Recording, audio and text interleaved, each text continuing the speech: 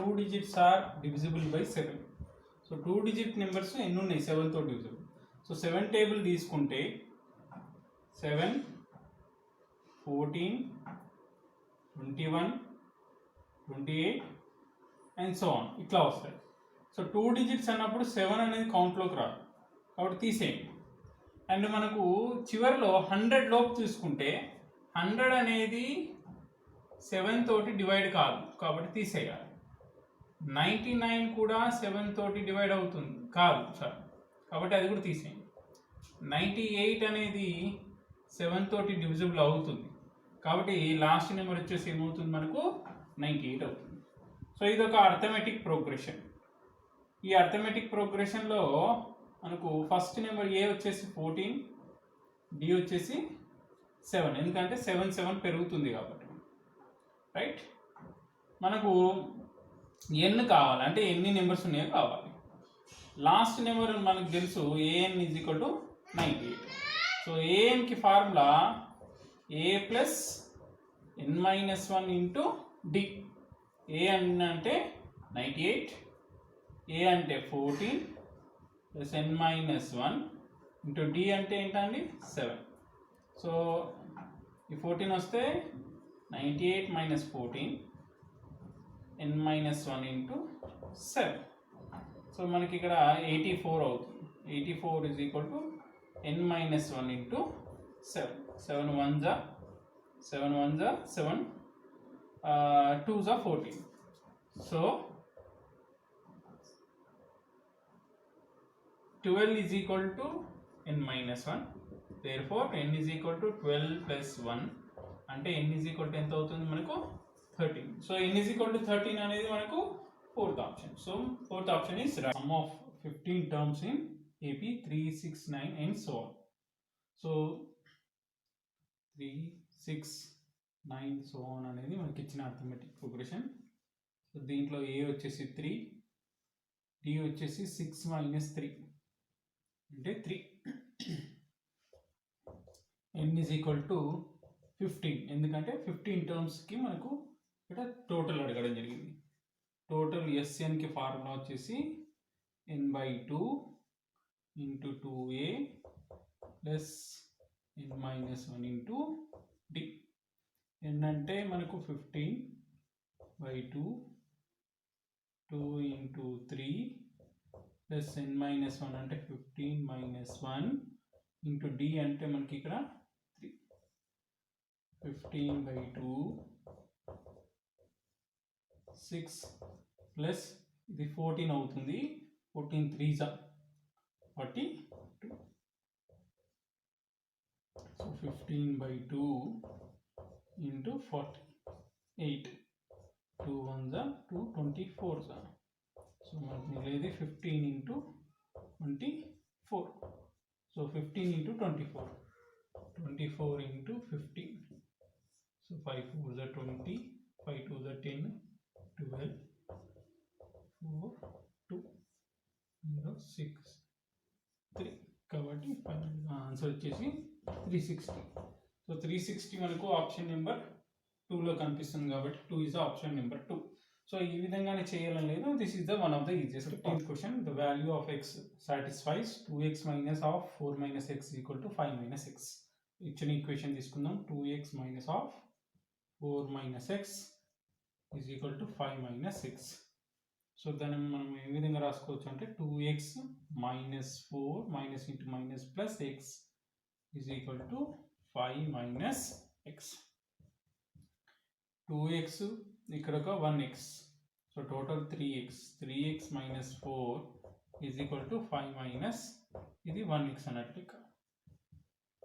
So 3x ఈ minus 1x ఇటు తీసుకొస్తే plus 1x is equal to 5 plus 4 sending to the minus 4 to the other side.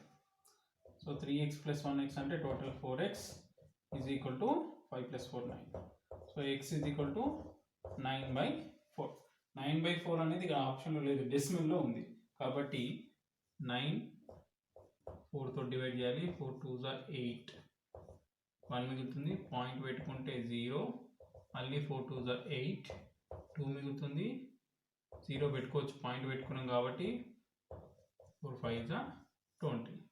So మనకి ఇక్కడ 2.25 అనేది third option అనేది రైట్గా కనిపిస్తుంది. కాబట్టి దీన్ని మనం డెసిమల్ పాయింట్లో ఇక్కడ అడిగాడు కాబట్టి దాని రూపంలో కన్వర్ట్ చేసుకోవాలి. Question number 16, solution of the equations 3x - 4y = 7 and 2x + 3y = -1. So మనకి 4 ఆప్షన్స్ ఇచ్చారు. ఈ 4 ఆప్షన్స్ని మనం గమనిస్తే ఇక్కడ 22/22 అంటే 1, 33/33 అంటే 1, 1, ఒక ఆప్షన్ ఇచ్చినట్టు లెక్క. అదేవిధంగా ఇక్కడ 33/33 అంటే 1, -44/44 అంటే 1, -1 ఇచ్చినట్టు లెక్క. ఇక్కడ ఇది కూడా 1, -1 ఇచ్చినట్టు లెక్క, అండ్ ఇది కూడా 1, -1 ఇచ్చినట్టే లెక్క. సో ఇక్కడ మనం జాగ్రత్తగా గమనిస్తే ఈ మూడిట్లో ఏది ఈ నాలుగిట్లో ఏది కరెక్ట్ అనేది ఇక్కడ చూసుకోవాలి.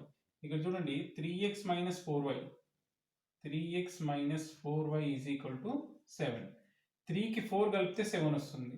4 కలపాలి కానీ ఇక్కడ మైనస్ ఉంది కాబట్టి y ఖచ్చితంగా ఏమి ఉండాలి, -1 ఉండాలి. కాబట్టి 3 × 1 - 4 × -1 అంటే x దగ్గర 1, y దగ్గర -1 సబ్స్టిట్యూట్ చేస్తున్నాం.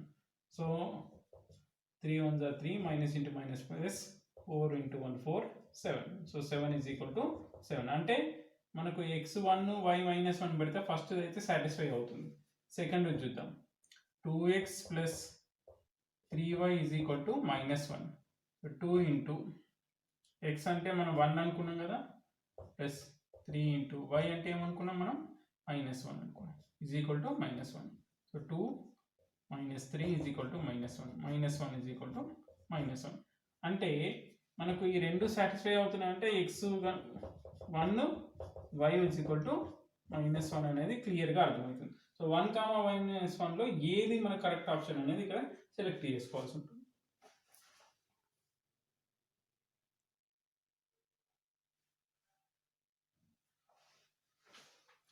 రైట్.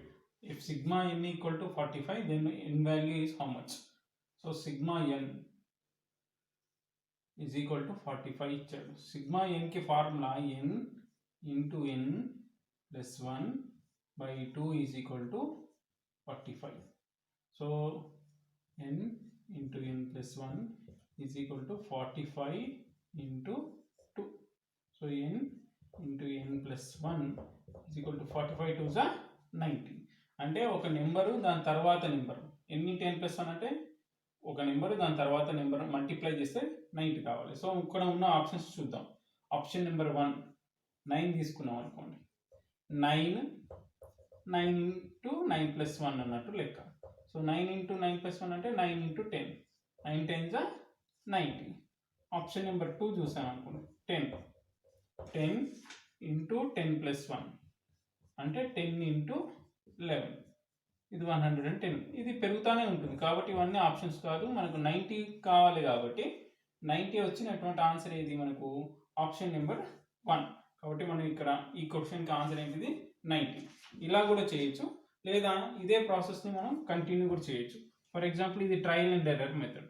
ఇలా కాకుండా మనకు కరెక్ట్ ఆన్సర్ తెలియాలనుకోండి, ఇంకొంచెం ప్రొసీజర్ ఉంటుంది మనకి. సో ఇక్కడ n × n n² + 1n, ఈ 90 ఇటు వస్తే -90 = 0. దీన్ని స్ప్లిట్టింగ్ ద మిడిల్ టర్మ్ చేయాలి. ఏ విధంగా చేస్తారంటే n² + 10n - 1n 9n -90 = 0. 90ని మనం ఇక్కడ 10 × 9 -9గా రాసుకుంటున్నాం. సో n కామన్ తీస్తే n + 10, అట్లాగే మనకు -9 కామన్ తీస్తే n + 10 = 0. So n + 10 × n - 9 = 0. So n -10 or 9 కావచ్చు. -10 అనేది సాధ్యం కాదు కాబట్టి 9 అనేది మన రైట్ ఆప్షన్. సో ఏ విధంగా చూసుకున్నా మనకు ఆన్సర్ 9 వస్తుంది. బట్ ఈ ప్రొసీజర్లో కొంచెం లేట్ అవుతుంది. ఆప్షన్స్ని మనం ముందే చెక్ చేసుకోవడం ద్వారా ఈ టైంని మనం సేవ్ చేస్తాం. The centre of a circle with 1, 2 and 7, -4 as end points of the diameter. So ఒక మనకు ఈ విధంగా ఉంటే ఇది సెంటర్, ఇది వచ్చేసి 2 ఎండ్ పాయింట్స్. సో ఈ సెంటర్ కావాలి మనకి. ఇది ఇచ్చాడు ఒకటి 1,2 అని, ఇంకోటి 7,-4 అని చెప్పేసి. సో సెంటర్ ఏమవుతుంది, మిడిల్లో ఉంటుంది సెంటర్ ఎప్పుడు కూడా డయామీటర్కి, రైట్. సో మిడిల్లో ఉంటుంది కాబట్టి 1కి 7కి మధ్యలో 2కి -4కి 2కి -4కి మధ్యలో ఉంటుంది, రైట్. సో 8/2 -2/2. సో 4,-1. సో 4,-1 అనేది మన సెకండ్ ఆప్షన్. సో దీనికి ఫార్ములా ఏంటిదంటే mid point. Mid point formula use చేసాం ఇక్కడ మనం.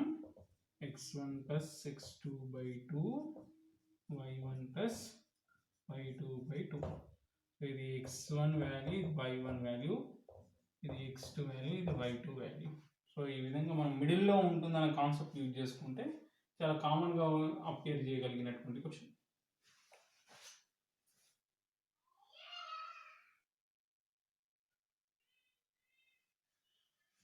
రైట్. Question number 19.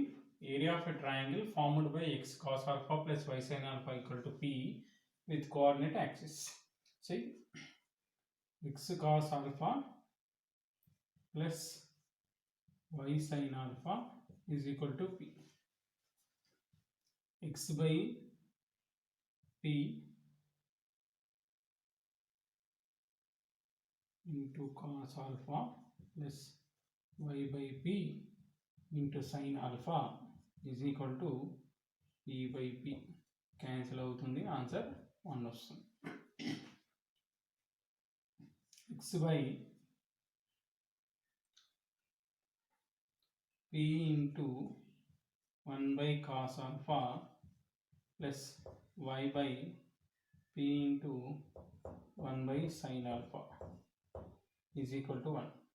సో దీని అర్థం ఇది x by a plus y by b is equal to 1 రూపంలో ఉందని అర్థం. సో ఈ రూపంలో ఉంటే మనకు ఇది a అనేది ఇక్కడ ఈ పాయింట్ అని చెప్పేసి, b అనేది ఈ పాయింట్ అని చెప్పేసి మనకు అర్థం చేసుకోవాల్సినటువంటి అవసరం ఉంటుంది.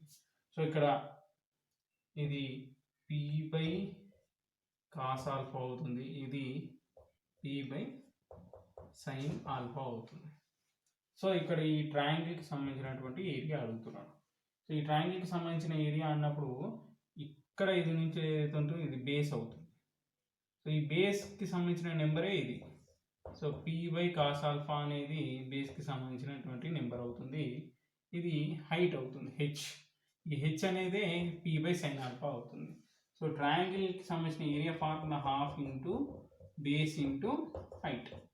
సో 1/2 ఇంటూ బేస్ అంటే మనకి ఏముందండి p by cos alpha into height అంటే p by sin alpha. So పైన p మాత్రమే, p తోటి multiply 1 into p into p, టోటల్గా p² 2 cos alpha sin alpha. So మనకు ఆప్షన్ నెంబర్ 1 అనేది క్లియర్గా కనిపిస్తుంది. ఇది కొంచెం ఇంటర్మీడియట్ స్థాయి ఉన్నటువంటి +11. సో 11th క్లాస్లో అంటే మనకు ఇంటర్మీడియట్లో ఇది మనకు కొద్దిగా అర్థమయ్యే అవకాశం ఉంటుంది కాబట్టి ఇది కొంచెం టఫెస్ట్ క్వశ్చన్గా భావించవచ్చు, రైట్. సో ఇది కూడా కొంచెం కాన్సెప్ట్ అవుట్ ఆఫ్ సిలబస్గా కూడా భావించవచ్చు, ఎందుకంటే 10th క్లాస్లో మనకి ఇది అంత క్లియర్గా లేనటువంటి కాన్సెప్ట్ కాబట్టి.